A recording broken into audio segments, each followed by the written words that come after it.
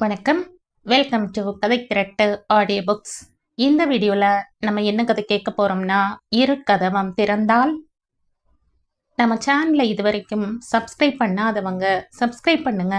பக்கத்தில் இருக்கிற பெல் ஐகானை கிளிக் பண்ணி ஆல்ங்கிற ஆப்ஷனை ப்ரெஸ் பண்ணுங்க. ஸோ தட் நான் போடுற கதைகளை உடனுக்குடனே நீங்கள் கேட்கலாம். வாங்க கதைக்குள்ளே போகலாம். விருந்தின் மனம் கூடமெங்கும் பரவியது. ராமலிங்கம் சமையலறை நிலைப்படி அருகே நின்று கொண்டிருந்தார். பொன்னம்மா, இன்றிலிருந்து பிரமாதமாக இருக்க வேண்டும். சமையற்காரி என்ற வேற்றுமை இல்லாமல் பொன்னம்மா அந்த வீட்டில் ஒருத்தியாகவே ஒன்றுவிட்டவள். கணவரின் துடிப்பை கண்டு சிரித்த ஜானகி பொன்னம்மாவை பார்த்தாள். ஆனந்தம் பார்வையில் பொங்கியது. கொட்டை பாக்கு அளவு புகையிலையை வாயில் குதப்பிக் கொண்டிருந்த ராமலிங்கம், மணி 3 ஆகிறது, அரவிந்தன் இன்னும் அரை மணியில் வந்து விடுவான் என்றார். அரவிந்தன் அந்த வீட்டு மாப்பிள்ளையாக ஆகப் போகிறவன். என் கல்யாணத்தை பற்றி செங்கல்பட்டில் இருக்கும் என் பாட்டி வீட்டிற்கு சொல்ல போக வேண்டும். அதனால் செவ்வாய்க்கிழமை வருகிறேன் என்று அரவிந்தன் கூறிவிட்டான். அன்று செவ்வாய்க்கிழமை. அதனால் தான் விருந்து அமர்க்களப்பட்டது. மாப்பிள்ளையா வந்து தாலி கட்டுறதுக்கு முன்னாடியே இத்தனை அமர்க்களப்படுத்துறாரே, கல்யாணம் ஆகிவிட்டால் அவ்வளவுதான் என்று ராமலிங்கத்தின் மனைவி ஜானகியும் பொன்னம்மாவும் பேசிக்கொண்டார்கள். இந்தோ அருமை பெண் அல்லவா, அதனால் தான் அப்பா தடபுடல் படுத்துகிறார் என்று ஜானகி சொல்லி சிரித்தாள். கீழே இருந்து வந்த குரல் மாடியில் ஆடும் சோஃபா ஊஞ்சலில் உட்கார்ந்து படித்து கொண்டிருந்த இந்துவுக்கு கேட்டது. மனம் படிப்பில் லயித்தால் தானே. நினைவில் இனிமை வட்டமிட்டது. அரவிந்தன் அந்த பெயரே ஒரு காந்தமாக எடுத்தது. அந்த சந்திப்புகள் லைப்ரரியின் மௌன கூடத்தில் காற்றில் அலையும் காகிதமாக ஒரு பிரெஞ்சு நாவலை இந்தோ மும்முரமாக தேடிக்கொண்டிருந்தாள். அன்றும் அது திரும்பி வந்திருக்கவில்லை. ஏமாற்றம் முகத்தில் பொங்க லைப்ரரியன் அருகில் வந்தாள். எடுத்துக்கிட்டு போனவங்க இன்னும் கொண்டு வந்து வச்சிருக்க மாட்டாங்க. நீங்க அந்த புத்தகத்தை பெயரை குறிச்சு கொடுங்க, வந்ததும் நான் உங்க ஆபீஸ்க்கு ஃபோன் பண்றேன் என்றார் லைப்ரேரியன். ஒரு துண்டு காகிதத்தில் அவள் தன் அலுவலக ஃபோன் நம்பரை குறித்து கொடுத்தாள். லைப்ரரி அசிஸ்டன்ட் பிரபா அவள் அருகே வந்தாள். இந்துவின் கல்லூரி தோழி அவள். காஃபி கொண்டு வர சொல்லியிருக்கேன், வா இந்து. நான் தேடிய புத்தகம் கிடைக்கவில்லை பிரபா. நீ ஒரு புத்தக புழு, அதுவும் பிரெஞ்சு. பரீட்சை பாஸ் பண்ணினாலும் பண்ண அந்த புத்தகம் இந்த புத்தகம்னு உயிரை வாங்குற. எனக்கு புரிய கூட மாட்டேன் என்கிறது.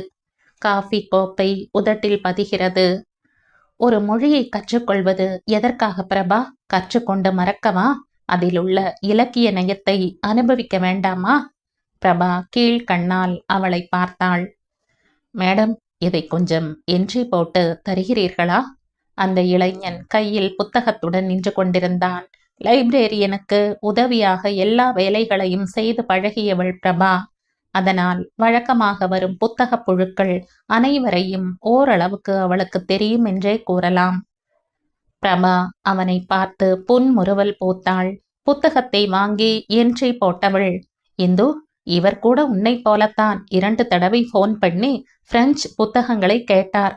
தேடி எடுப்பதற்குள் போதும் போதும் என்றாகிவிட்டது என்றாள் பிரபா. உங்களுக்கு பிரெஞ்சு தெரியுமா என்று இளைஞனை நோக்கி பிரெஞ்சிலேயே கேட்டாள் இந்து. நீ பேசுவதால் உனக்கும் தெரியும் என்பதை புரிந்து கொண்டேன். என் பெயர் அரவிந்தன். அவனும் பிரெஞ்சிலேயே பேசினான். என் பெயர் இந்துமதி. அழகான பெயர். போதும் போதும், என்னை நடுவில் வைத்து கொண்டு இப்படி எனக்கு புரியாத மொழியில் பேசினால் என்னைத்தான் திட்டுகிறீர்கள் என்று நான் கம்ப்ளைண்டே பண்ணுவேன் என்றாள் பிரபா. இருவரும் கலகலவென்று நகைத்தார்கள். இப்படி தொடங்கிய அறிமுகம் நன்றாக வளர்ந்து விட்டது. அவர்கள் பெரும்பாலும் இலக்கியம், தத்துவம், அரசியல் என்று பேசினார்கள். அவன் திடீரென்று அவர் கோயிங் ஆஃப்டர் டெத் என்பதை பற்றி பேசுவான். ஒரு நாள் முருகனின் தத்துவத்தை பற்றி பக்திமானாக பேசி அவளை திணற அடிப்பான். தான் படித்த புத்தகங்களை எல்லாம் அவளுக்கு கொடுத்து படிக்க சொல்வான். அந்த நட்பில் எல்லை மீறிய உணர்ச்சி துடிப்புகள் இல்லை. ஆழ்ந்த விவேகமும் விவரமும் கலந்த எல்லையை தொட்ட நட்பும் கலந்திருந்தன. நான் எத்தனையோ படித்து விட்டேன் என்று நினைத்து கொண்டிருந்தேன். ஆனால் நீங்கள் சொல்லும் சில விளக்கங்களை கேட்கும் பொழுது நான் உங்கள் மாணவியாகவே நின்று விடுகிறேன் என்பாள் அவள். அந்த வகையில் பார்க்கப் போனால் நாம் எல்லோரும் மாணவர்கள்தான். கற்றுக்கொள்ள வேண்டும் என்ற எண்ணம் ஏற்பட்டால் அது ஒரு மாணவனின் உள்ளமாகிவிடும். அவனுடைய சிரிப்பை போலவே பேச்சில் மனதை இழுக்கும் கவர்ச்சி இருந்தது, நகைச்சுவை இருந்தது. பிரெஞ்சு மொழியிலேயே பேசுவார்கள். ஒரு நாள் இருவரும் எதிர்பாராமல் பொருட்காட்சி சாலையில் சந்தித்தார்கள். சுற்றி சுற்றி களைத்த பின் ஒரு ஸ்டாலில் உட்கார்ந்தார்கள். இன்றைய பேப்பரை கூட நான் படிக்கவில்லை இந்து. நீங்கள் பேப்பர் படிக்கவில்லை என்பது ரொம்ப அதிசயம்தான். கையில் உள்ள பேப்பரை மடித்து கீழே வைத்தான். இந்து, வைரம் தங்கம் எல்லாம் வாங்கும் விலையிலேயே இல்லை. உன்னிடம் உள்ள தங்கத்தை பத்திரமாக வைத்துக்கொள். ஒரு காலத்தில் ஒரு வீடே வாங்கிவிடலாம். அந்த விலையில் விற்றாலும் விற்கும். நான் அப்பொழுது தங்கத்தை பற்றி ஆராய்ச்சி செய்வேன். நான் எங்கே போவேன் ஒரு துண்டு தங்கத்திற்கு? அவள் சிரிப்பை கேட்டு ஸ்டாலில் உள்ளவர்கள் திரும்பி பார்த்தார்கள்.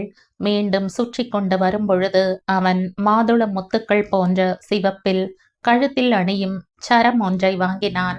அது யாருக்கு என்று இந்து கேட்கவில்லை. உனக்குத்தான் இந்து, இதை பத்திரமாக வைத்துக் கொள்வாயல்லவா? இதென்ன சாதாரண மணிச்சரத்தை போய் இப்படி கேட்கிறாரே என்று நினைத்தாலும், அன்பான உள்ளத்துடன் எதை கொடுத்தாலும் அதை விலை மதிப்பில்லாதது அரவிந்த். இப்படி கேட்டுவிட்டீர்களே என்றாள் இந்து. அதற்காக சொல்லவில்லை இந்து, இது மதிப்பில் சாதாரணமானதுதான். நான் தங்கத்தை ஆராய்ச்சி செய்வேன் என்று சொன்னேனே, அப்பொழுது இந்த மாலை 100 ரூபாய் மதிப்பில் விற்கும். ரீவேல்யூ உண்டு, அதனால் தான் சொன்னேன். போதும், என்னால் சிரிக்க முடியவில்லை என்று சிரித்தாள் இந்து. இருவரும் ஸ்டால்களை விட்டு நகர்ந்தனர். இரு இந்து, நான் ஸ்கூட்டரை எடுத்துக்கொண்டு வருகிறேன். அரவிந்த், அவசரம் ஒன்றும் இல்லாவிட்டால் நாம் சற்று உட்கார்ந்து விட்டு போகலாமா? ஓ எஸ் என்றவன் உடனேயே கை குட்டையை விரித்து மண் தரையில் போட்டுக்கொண்டு உட்கார்ந்து விட்டான். நீ ஏதோ சொல்வதற்கு தயங்குகிறாய் இந்து, அது என்ன என்பதுதான் எனக்கு தெரியவில்லை.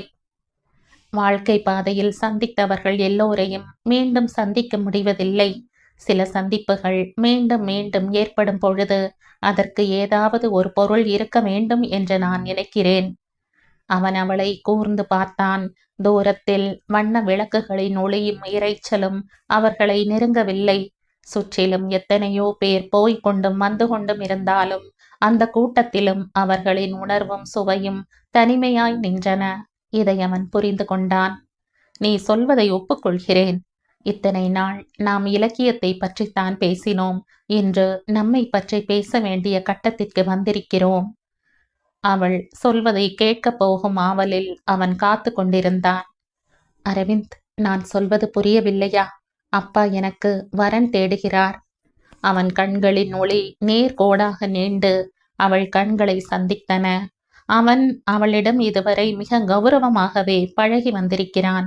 அந்த நட்பில் சிறு முள் கூட தடங்கல் செய்யவில்லை. ஆனால் இந்த கோணத்தில் அவன் சிந்தித்ததே இல்லை. இருவரும் தனியாக இப்படியே நட்பின் பிணைப்பில் நின்றுவிட முடியாது. இருவரும் நெருங்க மற்றவர்களால் ஒப்புக்கொள்ளக்கூடிய சடங்குகள் தேவை. அவன் என்ன பதிலை சொல்லப் போகிறான்? அவனது வலது கரம் நீண்ட அவளது கரத்தை பற்றியது. அந்த சிறையில் படித்து அறிய முடியாத மென்மை தெரிந்தது. பஞ்சு போல் எப்படி இவ்வளவு மென்மை? இலக்கியத்திற்கும் அறிவு பசிக்கும் மட்டும் நீ துணை இல்லை இந்து. நீ இல்லாவிட்டால் நான் இல்லை என்பதை இந்த கணத்தில் புரிந்து கொண்டேன். அரவிந்தன் வீட்டினுள் நுழைந்ததுமே கலகலப்பும் கூடவே நுழைந்து விட்டது. அவளால் கீழே இறங்கி போக முடியாத தயக்கம். அம்மாவின் குரல், இந்து மாடியில இருக்கிறாள் என்றதும் கம் என்ற அமைதி. இளமேனியில் இதுவரை உணர்ந்திராத நடுக்கம். சோஃபா ஊஞ்சலை உந்த முடியாத ஒரு நாணம். புத்தகத்தில் கண்கள் ஊர்வன போன்ற பாவனை. அரவிந்தன் அவளை அணைத்தாற்போல் உட்கார்ந்து கொண்டான். அவன் கரத்தில் கூட ஏதோ புத்தகம். Hindu, my darling. மீன் ஒன்று துள்ளினாற்போல் கண்கள் அவனை பார்த்தன. என்ன புத்தகம்? உமர் கய்யாமின் கவிதைகளா? தோளை சுற்றி வளைத்த கரம் நட்பாக நினைத்த இந்த உடலின் அணைப்புக்கு இத்தனை சுகமா? இப்படியே காலங்காலமாக கோயில் சிலைகள் போல இருந்துவிட வேண்டும் என்ற தீராத தாபம். இந்தோ! அம்மாவின் குரல். அம்மா கூப்பிடுகிறாள். அரவிந்தனை அவள் நோக்குகிறாள். கூப்பிடட்டும். அந்த கணத்திலேயே வாழ்ந்துவிட வேண்டும் போல் வெறியுடன் அவன் பிடி இறுகியது. இந்துமா, கடைக்கு போக வேண்டும். Tiffin coffee ready. அப்பாவின் குரல் வந்த பிறகும் அங்கே இருப்பது முறையன்று என்று இருவரும் கீழே இறங்கினார்கள். டிஃபன் முடிந்ததும் மூவரும் மாம்பலத்திற்கு கிளம்பினார்கள். ராமலிங்கம் மோதிரத்திற்கான வைரத்தை ஏற்கனவே தேர்ந்தெடுத்திருந்தார். டிசைனையும் அரவிந்தன் முன்பே இந்துவிடம் குறித்து கொடுத்திருந்தான். வைரங்களை பதிக்க வேண்டியதுதான் பாக்கி. வாட்ச் செயினையும் சில துணிகளையும் வாங்கிக் கொண்டார்கள். நகை கடைக்காரர் மிகவும் பழக்கமானவர். அரவிந்தன் இரவு சாப்பாட்டை முடித்து கொண்டு செங்கற்பட்டு போக வேண்டும் என்பதால் இரவே ஆழ்வசம் மோதிரத்தை கொடுத்தனுப்புமாறு கடைக்காரரிடம் சொன்னார் ராமலிங்கம். அவர்கள் வீடு திரும்பும் பொழுது நன்றாக இருட்டிவிட்டது. ராமலிங்கமும் அரவிந்தனும் சாப்பிட உட்கார்ந்தார்கள். அவளையும் தன் அருகில் உட்கார சொல்லி கண் ஜாடை காட்டினான் அரவிந்தன். இந்து மறுத்து ஜாடை காட்டினாள். இதை கவனியாதவள் போல் ஜானகி, இந்துவுக்கு செவ்வாய்க்கிழமை விரதம். ஒரு பொழுது காலையில் சாப்பிட்டால் பிறகு எதுவும் சாப்பிட மாட்டாள் என்றாள். நீ சாயங்காலம் டிஃபன் கூட சாப்பிடவில்லையே இந்து என்று கேட்டான் அரவிந்தன். தலையை அசைத்த இந்துவும் கூட மாட பரிமாற ஆரம்பித்தாள். ஒவ்வொன்றையும் ரசித்து சாப்பிட்டான் அரவிந்தன். சற்று முன்னதாகவே சாப்பிட்டு விட்ட ராமலிங்கம் அரவிந்தனுக்காக காத்து கொண்டு உட்கார்ந்திருந்தார். அந்த சமயத்தில் நகை கடையாள் மோதிரத்தை கொண்டு வந்திருப்பதாக ஜானகி வந்து சொன்னாள். நீங்க போய் கை கழுவி கொள்ளுங்கள். ஐட்டங்கள் ரொம்ப. மீனாட்சி கல்யாணத்து குண்டோதரனையே இந்துவின் கல்யாணத்திற்கு வர சொல்ல வேண்டியதுதான். நான் மெல்லத்தான் எழுந்திருப்பேன் என்று கேலியாக கூறினான் அரவிந்தன். அங்கே கலீர் என்ற சிரிப்பு நிறைந்தது. ராமலிங்கம் எழுந்து கை அலம்பிக் கொண்டு வெளி ஹாலுக்கு போனார். அரவிந்தன் கை கழுவ பின்பக்கம் போன பொழுது ஜானகி, இந்துமா, கை அலம்ப தண்ணீர் எடுத்து கொடுமா என்றாள். பின்பக்கம் சன்ன இருள் குடிகொண்டிருந்தது. சன்ன விளக்கால் முழு ஒளியை தர முடியவில்லை. அவள் தண்ணீர் செம்பை எடுக்க குனிந்த பொழுது எச்சில் கையில் மறைத்து கொண்டு வந்திருந்த இனிப்பு தொண்டை அவளை அணைத்தபடி வாயில் திணித்தான் அரவிந்தன். ஐயோ, இன்று செவ்வாய்க்கிழமை விரதம். துப்ப முடியாமல் பரபரத்த பரபரப்பு. அவனுக்கு ஒரு வேடிக்கை. எதற்காக விரதம் இருப்பது? நல்லது நம் வாழ்வில் நடக்க வேண்டும் என்றுதானே? அரவிந்தன் சீண்டினான். அவள் அந்த இனிப்பை மென்றாள். நீ என்னுடையவளாக இன்னும் ஒரு மாதம் போல காத்து கொண்டிருக்க வேண்டுமே இந்தோ. நான் உங்களுடையவள் தானே. பொருட்காட்சி சாலையில் நம் காதலை வெளிப்படுத்தும் பொழுது நம் கைகள் ஒன்றாக இணைந்தன. அடுத்த சடங்கு மனைவி கணவனுடன் ஒன்றுபட எச்சில் உணவை பகிர்ந்து கொள்வது. அது இப்பொழுது நடந்துவிட்டதே. செல்லமாக அவள் கன்னத்தில் தட்டினான் அரவிந்தன். அரவிந்தன் கிளம்பும் பொழுது இரவு மணி 11 ஆகிவிட்டது. நாளைக்கு நாள் நன்றாக இருக்கிறது. அழைப்பிதழ் அடிக்க கொடுக்கலாம் என்றிருக்கிறேன். நாளைக்கே திருமாங்கல்யம் செய்ய தர வேண்டும் என்றார் ராமலிங்கம்.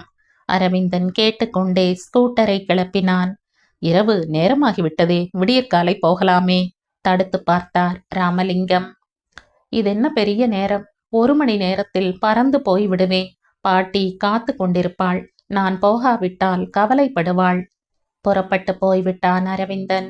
அப்பொழுதிலிருந்தே பிரிவின் துயரம் கவ்வ ஆரம்பித்து விட்டது அவளை. கல்யாணத்தை பற்றி, மாப்பிள்ளை அழைப்பின் பொழுது இலைக்கு போட வேண்டிய இனிப்புகளை பற்றி எல்லாம் பேசியபடியே உறங்கத் தொடங்கினர் வீட்டில் உள்ளவர்கள். இந்துவுக்கு மட்டும் உறக்கம் வரவில்லை. தன் அறை கட்டிலில் புரண்டாள். அந்த இனிப்பு துண்டு நாக்கிலிருந்து தொண்டை வரை சுழன்று கொண்டிருப்பது போன்று இனிப்பு. அரவிந்தனும் அவளும் மட்டும் அனுபவித்த அந்தரங்க நினைவுகள் சுழன்று சுழன்று நெஞ்சில் தங்கின. மீண்டும் அந்த அந்தரங்கத்தை பெற காத்து கொண்டிருக்க வேண்டுமே. விழிப்பும் நினைப்பும் தூக்கமும் சரியாக இல்லாத நிலை. வாசற்பக்கம் நடமாட்டம். ராமலிங்கம் தான் விளக்கை போட்டார். ஜானகி பொன்னம்மா கூட விழித்து கொண்டு வந்து விட்டார்கள். முணுமுணுவென்ற பேச்சு குரல் அவளுக்கு புரிந்துவிட்டது. கதவை திறந்து கொண்டு நிலைப்படியில் நின்றாள். வந்தவர்கள் எல்லாவற்றையும் விவரமாக சொன்னார்கள். அரவிந்தன் சென்ற ஸ்கூட்டரை எதிரே வந்த லாரி மோதி அரவிந்தனை தன் பசிக்கு இரையாக்கி கொண்டு விட்டது. அவன் ஸ்கூட்டர் பாக்ஸில் இருந்த டைரியில் உள்ள விலாசங்களுக்கு செய்தி பறந்த பொழுது அதில் இந்துவின் விலாசமும் ஒன்றாக இருந்தது. ஜானகி இந்துவை தோளுடன் அணைத்து கொண்டு விம்மினாள். ராமலிங்கம் பேச்சே வராமல் கல்லாக நின்றார். அன்று மாலையில் இருந்து வீட்டிற்கு புதிய கலகலப்பை கொடுத்தவன் இந்த கணத்தில் இல்லை. கனமாக மிகவும் சுமையாக விழுந்த மௌனத்திரை அதை விளக்க முடியாது சக்தியும் இல்லை. இந்துமா அழேண்டி. அவள் அழவில்லை. இந்துமா ஏதாவது பேசேண்டி. அவள் பேசவில்லை. யாரும் எதிர்பார்க்காத பொழுது தன் அறையில் நுழைந்து கதவை சாத்தி கொண்டு விட்டாள். ஜானகி படபடவென்று கதவை தட்டினாள். கதவை திறந்த இந்து, என்னை தனியா விடுமா, நீங்கள் நினைப்பது போல நான் என்னை அழித்து கொண்டு விட மாட்டேன். அப்படி அழித்துக் கொள்வது அரவிந்தனுக்கு பிடிக்காது என்றாள். கதவை அடைத்தவள் அறையினுள் மெல்ல உலாவினாள். மென் விரல்கள் புத்தக ஷெல்ஃபில் உள்ள புத்தகங்களை நளினமாக தடவின. அநேகமாக அவையெல்லாம் அரவிந்தன் பரிசாக அவளுக்கு கொடுத்தவை. அரவிந்தனின் கையெழுத்து முத்து முத்தாக நேராக இருந்தன. எதிலுமே துக்கமாக குமைய வேண்டுமா? சற்று முன்னடைந்த மகிழ்ச்சிகள் எல்லையை காணாமல் வேறு ஒரு கோணத்தில் திரும்பிக் கொண்டு, ஓ கடவுளே! அரவிந்தன் நினைவாகிவிட்டான். இதற்கு முன்பு அவன் நினைவு அவள் நெஞ்சில் தவழ்ந்த பொழுது அதற்கு ஒரு தொடர்ச்சி இருந்தது, பொருள் இருந்தது. தேன் கூட்டில் சொட்டு சொட்டாக சேர்த்த தேனை யாரோ அப்படியே கொள்ளையடித்து விட்டார் போன்ற பரிதவிப்பு. விளக்கை அணைத்துவிட்டு ஜன்னல் அருகே நின்றாள். வானத்தில் நட்சத்திர மணிகள் மின்னின. பரந்த வானத்திற்கு அப்பால் என்ன இருக்கிறது? அரவிந்தனின் உயிர் எங்கே போயிருக்கும்? அவளை தேடி அலையுமா? அவன் அன்று வந்தபோது ஆடும் சோஃபாவில் உட்கார்ந்து ஏன் உமர் கயாமின் கவிதைகளை படித்தாள்? இதுதான் விதி என்பதா? ஒரு தடவை பேச்சு வாக்கில் அரவிந்தன் உமர் கயாமின் ரூபயாத்தில் இருந்து சில வரிகளை விளக்கி சொல்லியிருந்தான். இது அவனுக்கே பொருத்தமாக ஆகிவிடும் என்று நினைத்தான் இல்லையே. ஒரு தடவை இறப்பு என்ற நிலையில் அந்த கதவு மூடிக்கொண்டால் அதை திறப்பதற்கு சாவி இல்லை என்று எனக்கு தெரியும். கண்ணீர் பீரிட்டது. ஜன்னல் கம்பியை பிடித்து கொண்டு கதறினாள் இந்து. அவளால் இனிமேல் அரவிந்தனை பார்க்க முடியாது என்ற உண்மை மரத்து போன உள்ளத்திலிருந்து பறந்தது மெதுவாக. இறப்பு என்ற இருட்கதவை திறந்து கொண்டு ஆயிரக்கணக்கான பேர்கள் போயிருக்கிறார்கள். யாராவது ஒரு மனிதன் திரும்பி வந்து ஏதாவது அதை பற்றி சொல்லி இருக்கிறானா? நாம் அந்த பாதை வழியே செல்லும் பொழுது நாமவே அதை கண்டுபிடித்து கொள்ள வேண்டியதுதான். இறைவனே, இதையெல்லாம் ஏன் அரவிந்தன் எனக்கே சொன்னார்? நான் எங்கே போய் அவரை தேடுவேன்? ராமலிங்கம் விபத்து நடந்த இடத்திற்கு போவதாக சொல்லி அவளையும் அழைத்தார். அவள் வர மறுத்துவிட்டாள். அவர் முழுவதுமாக நிறைந்து என் மனதில் இருக்கிறார். அந்த கோலத்தில் நான் அவரை பார்க்க வேண்டாம். இந்துமா, பார்க்கவாமா? இந்து விரக்தியாக சொன்னாள். அப்பா, ஒரு தடவை அரவிந்தன் ஒரு கல்லூரியில் குவிஸ் புரோகிராம் நடத்தினார். ஒரு கேள்வி கேட்டாராம்.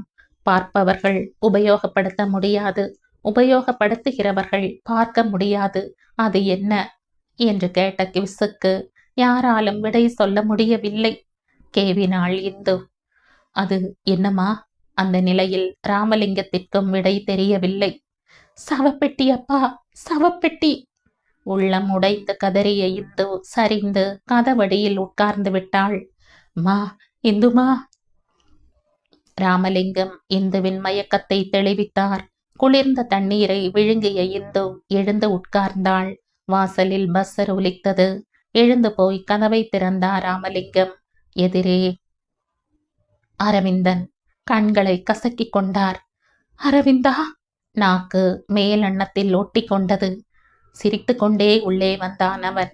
நீங்களா? இந்து உயிரிட்டாள். நல்ல சாப்பாடு ஒரு கை பார்த்து விட்டேனா? கொஞ்ச தூரம் போனதும் நல்ல காற்றில் தூக்கம் கண்களை சுற்றி அடித்தது. ஸ்கூட்டரை நிறுத்திவிட்டு அந்த பிரபல டீ ஹோட்டலுக்குள் நுழைந்து டீ குடித்தேன். திரும்பி வருவதற்குள் எவனோ ஸ்கூட்டரை கிளப்பி கொண்டு போய்விட்டான். லாரி ஒன்றில் ஏறி மறுபடியும் இங்கேயே திரும்பி வந்துவிட்டேன். காலையில்தான் கம்ப்ளைண்ட் கொடுக்க வேண்டும். ஒருவருக்கும் பேச வாய் வரவில்லை. அதிக துக்கமும் அதிக இன்பமும் பேச்சை அடைத்து விடுமோ? ராமலிங்கம் நடந்த விவரத்தை சொன்னார். ஓஹோ, கம்ப்ளைண்ட் கொடுக்க கூட தேவையில்லையா? அரவிந்தன் ஓஹோ என்று சிரித்தான். தலைக்கு வந்தது தலை பாகையோட போச்சு. ஸ்கூட்டர் போனால் தொலைந்தது சனி. ஸ்கூட்டர் பாக்ஸில் உள்ள உங்க டைரியால் எல்லோருக்கும் இப்போ ஒரே ரகளை என்று இந்து எழ முடியாமல் தள்ளாடினாள். அரவிந்தன் அவளை தாங்கிக் கொண்டான். அங்கு இளமையும் இனிமையும் கலந்தன.